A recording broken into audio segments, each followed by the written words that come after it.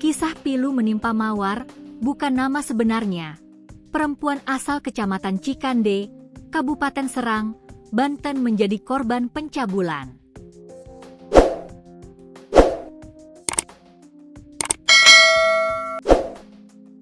Peristiwa itu terjadi pada tahun 2022, saat itu Mawar berusia 16 tahun dan masih duduk di kelas 1 SMK. Saat itu, korban sedang bermain di rumah teman sebayanya yang tak jauh dari rumahnya.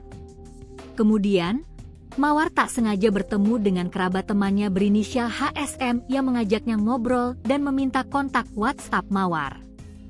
HSM lanjut berkontak dengan Mawar melalui pesan WhatsApp dan pada suatu ketika mengajak Mawar ke rumahnya yang sedang dalam keadaan sepi.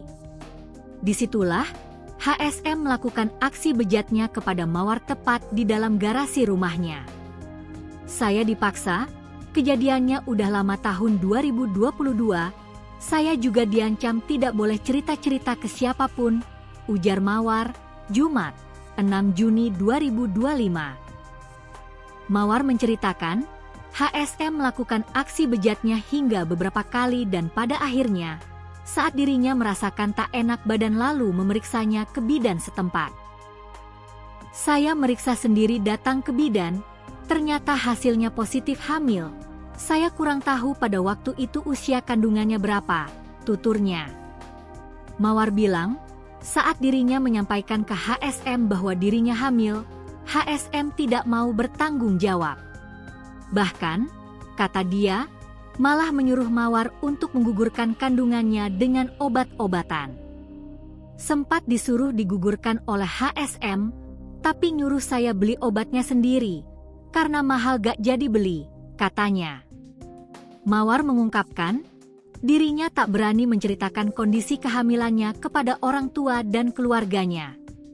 Awalnya saya tidak berani cerita ke orang tua, karena kondisi perut semakin membesar akhirnya orang tua menanyakan dan pada akhirnya tahu, kata Mawar. Setelah orang tua tahu bahwa dirinya hamil, kata Mawar, dirinya menceritakan bahwa orang yang menghamilinya ialah HSM, kerabat dari temannya itu. Orang tua dan keluarga mendatangi rumah terduga pelaku, tapi tidak mau tanggung jawab, kita sudah musyawarah juga, tapi malah si HSM ini kabur, ungkapnya.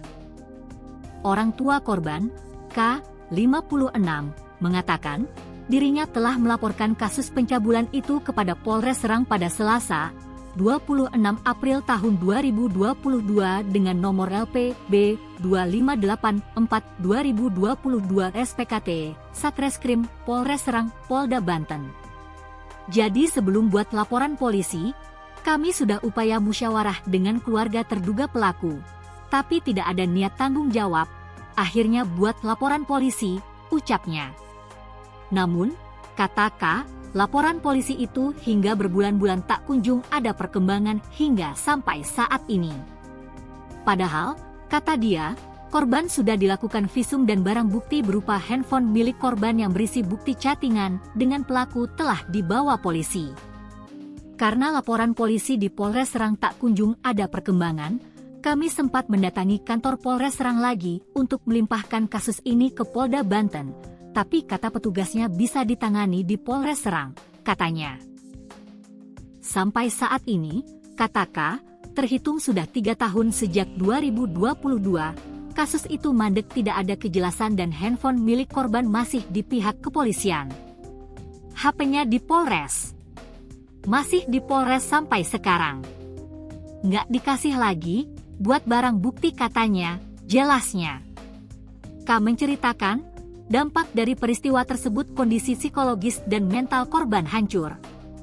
Bahkan, setiap harinya mengurung diri di dalam rumah. Yang lebih menyedihkan, kata K, anak dalam kandungan korban saat ini sudah berusia 3 tahun dan diurusnya sendiri. Kasihan, ini anaknya sudah melahirkan, sudah besar, ucapnya. Orang tua korban K tinggal bersama sang anak dan cucunya itu di sebuah rumah sederhana dengan makan sehari-harinya hasil memulung. Kami sangat berharap agar anak kami mendapatkan keadilan, kami orang kecil, kasihan anaknya sudah besar, Mohon pihak kepolisian agar mengusut kasus ini sampai tuntas, pungkasnya. Sementara itu, jurnalis Tribun News Banten telah melakukan konfirmasi kepada Humas Polres Serang.